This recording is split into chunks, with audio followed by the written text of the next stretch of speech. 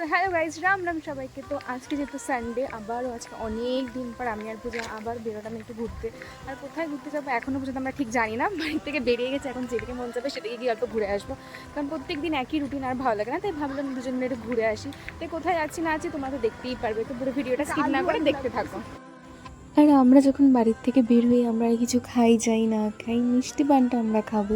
তো এটা আমাদের দুজনেরই খুব ফেভারিট একটা জিনিস, খুবই ভালো লাগে আমাদের মিষ্টি পানটা খেতে।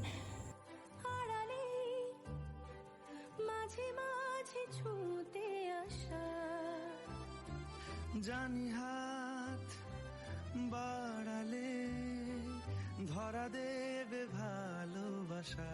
আর রাস্তায় এত ভিড় দেখে তো প্রথমে আমরা ভাবছিলাম যে হয়তো কোনো কিছু ঝগড়া টগড়া হয়তো লেগেছে, কিন্তু তারপর দেখি না এখানে খেলা হচ্ছে, সেই কারণে এত ভিড়। আর ভিড় মানে প্রচণ্ড ভিড় ছিল, রাস্তা পুরো জ্যাম হয়ে গেছিলো, এত ভিড় ছিল। অনেকে তো আবার দেখছি গাছের উপরে উঠেও দেখছিল। তো যাই হোক, তারপর আমরা এইসব জ্যাম পার করে চলে আসলাম কোচবিহারে। দেখতেই পাচ্ছি ওই দূরে কোচবিহারের গেট। তো আমরা ওই সাইডটা দিয়ে না গিয়ে কলেজের পাশ দিয়ে কালীঘাট হয়ে এখানটায় চলে এসেছি বং মিডিয়া রেস্টুরেন্টে, যেটা নতুন ওপেনিং হয়েছে। তো দেখতে খুবই সুন্দর হয়েছে, মানে খুব সুন্দর একটা থিম হিসেবে বানিয়েছে ওরা, পুরোটা বাঁশের বেড়া দিয়ে তৈরি। আর আমরা যেহেতু সানডেতে গেছিলাম সেই দিন প্রচণ্ড ভিড় ছিল, দেখতেই পাচ্ছ যে চারিদিকে কত ভিড়।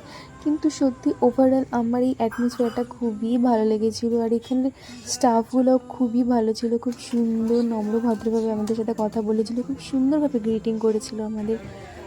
আর এখানে আমরা ফাইনালি বসে পড়েছিলাম খাওয়া দাওয়া করতে, কিছু ফটো আর ভিডিও তুলে তারপর এখানে বসেছিলাম খাওয়া দাওয়া করার জন্য। খাওয়াটা আসতে আমাদের অনেকটা লেট করে দিয়েছিল।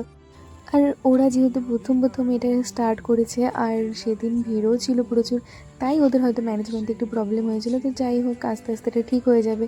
আর এখান থেকে দেখা যায় কত সুন্দর সবুজ খোলা মাঠ। তো যাই হোক, তারপর ফাইনালি অনেকক্ষণ পর আমাদের খাবার দাবার চলে আসে। তো এখানে খাওয়া দাওয়ার মোটামুটি ঠিকঠাকই ছিল। তারপর আমরা এখানে বসে সবাই মিলে খাওয়া দাওয়া করে তারপর আরও কিছু ফটো তুলে আবার বেরিয়ে পড়ি। আর আমার মনে হয় তোমাদেরও এখানে আসলে খুব ভালোই লাগবে। তোরসা নদীর পাড়ে এত সুন্দর একটা রেস্টুরেন্ট আর এত সুন্দর হাওয়া সবসময় চলতেই থাকে।